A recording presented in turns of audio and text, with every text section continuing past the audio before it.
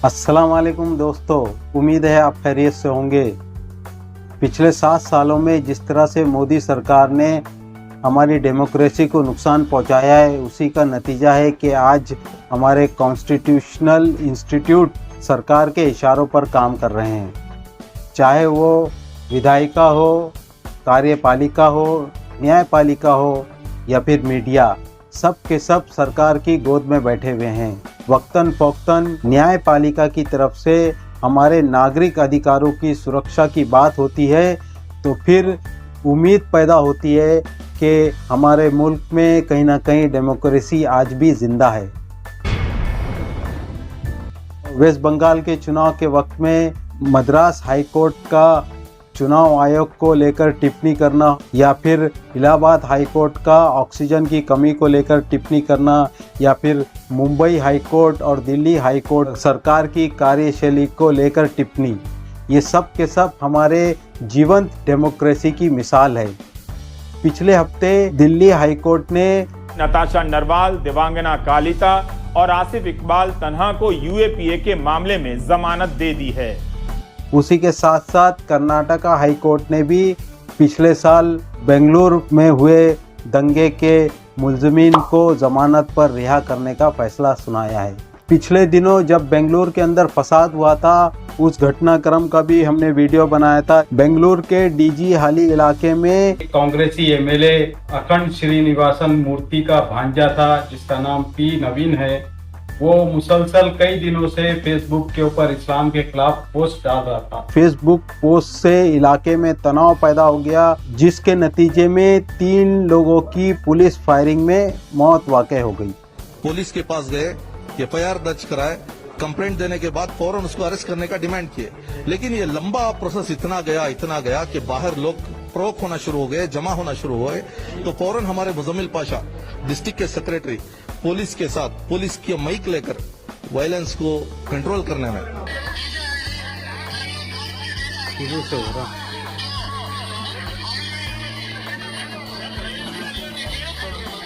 मुजम्मिल पाशा और उनके साथियों को पुलिस मुल्जिम बनाकर जो है गिरफ्तार कर लेती है। बीजेपी सरकार की तरफ से पुलिस के ऊपर भारी दबाव था कि एसडीपीआई को इस मामले के अंदर कहीं ना कहीं घसीटा जाए। बेंगलुरु फसाद के मामले की सुनवाई करते हुए कर्नाटका हाई कोर्ट के जज ने सेक्शन 167(2) ऑफ सीआरपीसी के तहत 115 मुल्जिमीन को जमानत पर रिहा करने का फैसला सुनाया है। हाई कोर्ट के जज एस विश्वजीत शेट्टी ने एनआईए के स्पेशल कोर्ट के फैसले को दरकिनार करते हुए जमानत देने का फैसला किया है। हालांकि एनआईए ने जमानत दिए जाने की मुखालफत की थी। कोर्ट ने अपने ऑर्डर में कहा है कि मुल्जिमों को 2 लाख पर जमानत दी जाए और साथ ही साथ 2 लोगों को जामीन भी बनाया जाए। कोर्ट ने अपने ऑर्डर में आर्टिकल 21 का हवाला देते हुए कहा कि राइट टू इंडिविजुअल एक फंडामेंटल राइट है, जिसको नज़रअंदाज नहीं किया जा सकता। चूँकि एनआईए ने अभी तक कोर्ट के सामने अपनी कोई ठोस दलील पेश नहीं की है, इसलिए मुल्जिमों को 90 दिन से ज़्यादा हिरासत में रखना कानून की निगाह में ठीक नहीं है। हालांकि एनआईए ने अपनी दलील में ये कहा कि मुल्जिमीन के खिलाफ चार्जशीट फाइल हो गई है और हाई कोर्ट के जज ने कहा कि चार्जशीट फाइल हो गई है, उसके बिना पर मुल्जिमों से जमानत का हक नहीं छीना जा सकता। अब जबकि मुल्जिमीन बाहर आ गए हैं, उनसे भी जो है हम आपकी बात कराएंगे। पुलिस के साथ थे, वहाँ तशद्दुद स्टार्ट हो गया, वायलेंस शुरू हो गया। हम पुलिस के साथ ही थे। हम कंप्लेंट देने आए बोलकर हमें उठा के जेल में डाल दिए। 19 केस बुक करे हमारे पर, 1 यूएपीए टेररिस्ट एक्ट। पुलिकेश नगर असेंबली के अंदर हमारा वर्क चार्ट बहुत बढ़ गया था। माइनॉरिटी, मुस्लिम, दलित जितने भी वहाँ की आवाम है, हमारे काम से बहुत खुशमंद थे। इंशाअल्लाह तकरीबन 20 से 25 हमारे सीट्स आने वाली है। इसकी वजह से शायद कांग्रेस और बीजेपी मिलकर शायद हमारे लिए एसडीपीआई के लिए टारगेट किया होगा। कि ऑर्गेनाइजेशन का नाम भी पता नहीं था मुझे पहले। फॉरेन से फंड भी आ रहा है बोल के बोल दिए। कहाँ फंड आ रहा है, कौन से अकाउंट में आ रहा है, मुझे पता नहीं है।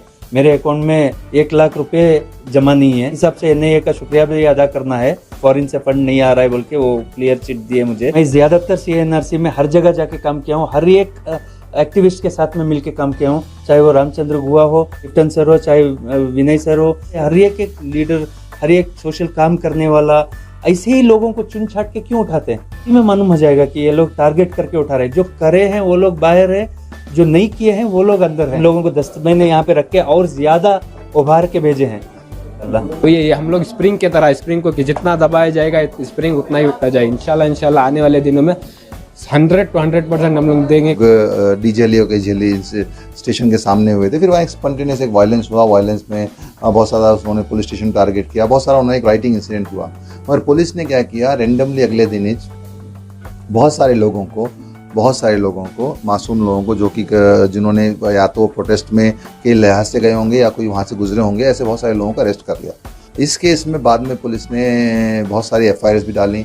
उनमें से 2 के FIRs के ऊपर एक UAPA भी लगा कर हम लोगों को एक बेल मिली। उस बेल से तकरीबन 12 लोगों को तो इमीडिएट फ़ायदा होगा और 10 लोग ऐसे हैं जिनको और भी हम लोग उसको उस ऑर्डर के ऊपर बेसिस के ऊपर इम्प्लीमेंट करा के निकालने की कोशिश करेंगे। ये फ्रॉडुलेंट और फ्रिवलेस इन्वेस्टिगेशन है, यानी कि एक बुरी नीयत से की गई इन्वेस्टिगेशन है, जिसका टारगेट खास तौर पर एक पॉलिटिकल पार्टी और ख़ास तौर पर मज़हब के लोगों को है।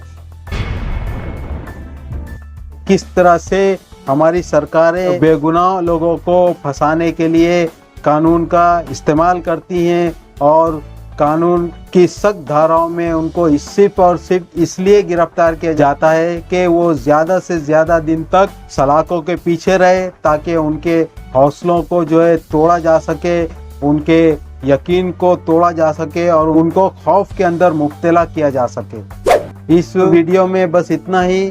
हम आइंदा आपके सामने कुछ नए मुद्दे के साथ में मुलाकात करेंगे। तब तक के लिए अल्लाह हाफिज़।